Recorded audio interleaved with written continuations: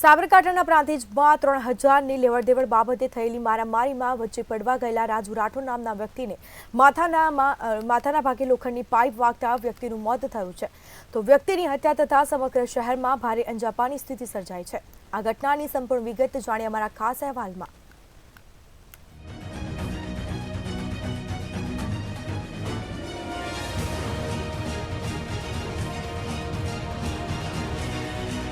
સાબરકાંઠાના પ્રાંતિજમાં રાજુભાઈ રાઠોડ નામના વ્યક્તિ પર રૂપિયા 3000 જેટલી રકમ લેવા આવેલા લોકોએ રાત્રિના સમયે સ્ટ્રીટ લાઇટ બંધ કરી લોખંડની પાઇપ સહિતના ધારદાર હથિયારોથી હુમલો કર્યો હતો, જેમાં લોખંડની પાઇપ માથામાં મારતા તેમનું મૃત્યુ નીપજ્યું હતું.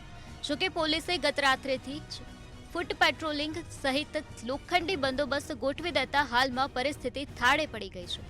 જોકે પીડિત પરિવારનું માનવું હતું કે ગત રાત્રે ઇમરાન કાઝી સહિતના ટોળાએ રાત્રિના સમયે હત્યાકાંડ કરવાના મામલે સમગ્ર શહેર માથે લીધું હોય તેવી સ્થિતિ સર્જાઈ હતી, જેમાં રાજુભાઈ રાઠોડે હંગામાની પરિસ્થિતિ થાળે પાડવા સામસામે ખેંચતાણ વચ્ચે પડવા જતા માથાના ભાગે ધારદાર પાઇપ વાગતા સારવાર દરમિયાન તેમનું મૃત્યુ નીપજ્યું હતું.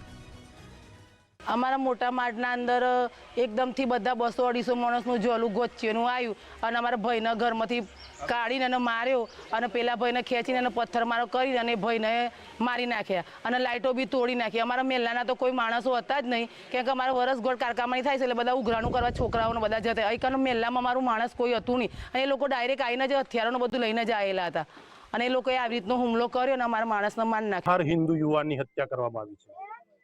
આ યુવાનની હત્યા એક પ્રી પ્લાનિંગ, એક આયોજન મુજબ કરવામાં આવી છે.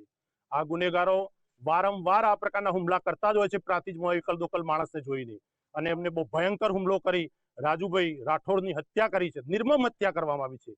આ હત્યારાને સખતમાં સખત સજા થવી જોઈએ. મારી સરકારને નમ્ર વિનંતી છે. 100 થી 150 જણ પ્લાનિંગ મુજબ સ્ટ્રીટ લાઇટો ફોડી, જેથી અમને એવો ભય હતો કોઈ અમનો વિડીયો ના ઉતારી લે અને ઘટના સ્થળે પથ્થરમારો કરી પૈસાની લેતી દેતી બાબતે ઝઘડો થયો હતો, જેમાં બંને સમાજ તરફથી લોકો એમની તરફ આવી અને માથાકૂટ થઈ હતી, જેમાં ઈજાગ્રસ્ત પામનાર રાજુભાઈ ભોઈ, જેને સારવાર અર્થે સિવિલ હોસ્પિટલમાં ખસેડાતા અને ત્યાં તેમનું મૃત્યુ થયું હતું.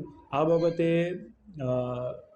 પ્રાંતિજ પોલીસ સ્ટેશન ખાતે ગુનો દાખલ કરી અને આરોપીને પકડવાની કામગીરી ચાલુમાં છે અને સમગ્ર વિસ્તારોમાં ચુસ્ત બંદોબસ્ત લગાડી દેવામાં આવ્યો છે. જોકે એક તરફ જિલ્લા પોલીસની મોટાભાગની તમામ ટીમો સમગ્ર પ્રાંતિજ શહેરમાં ગોઠવી દેવાઈ છે. આ મામલામાં ઇમરાન કાઝી નામના યુવકે રૂપિયા 3000ની લેવડદેવડમાં ભારે હંગામો સર્જ્યો હતો, જેમાં રાજુભાઈ રાઠોડ વચ્ચે પડવા જતા તેમના માથામાં લોખંડની પાઇપ વાગતા તેમનું મૃત્યુ થયું હતું, જેના પગલે પોલીસે આ મામલે 18 વ્યક્તિઓના નામજોગ તેમજ 30 લોકોના ટોળા સામે હત્યા તેમજ હત્યાના પ્રયાસની ફરિયાદ નોંધી વધુ તપાસ હાથ ધરી છે. આ સાથોસાથ નામજોગ નોંધાયેલી ફરિયાદ અંતર્ગત આરોપીઓને પકડવાની તજવીજ પણ હાથ ધરવામાં આવી છે. ચિરાગ મેઘા, એડર, સાબરકાંઠા.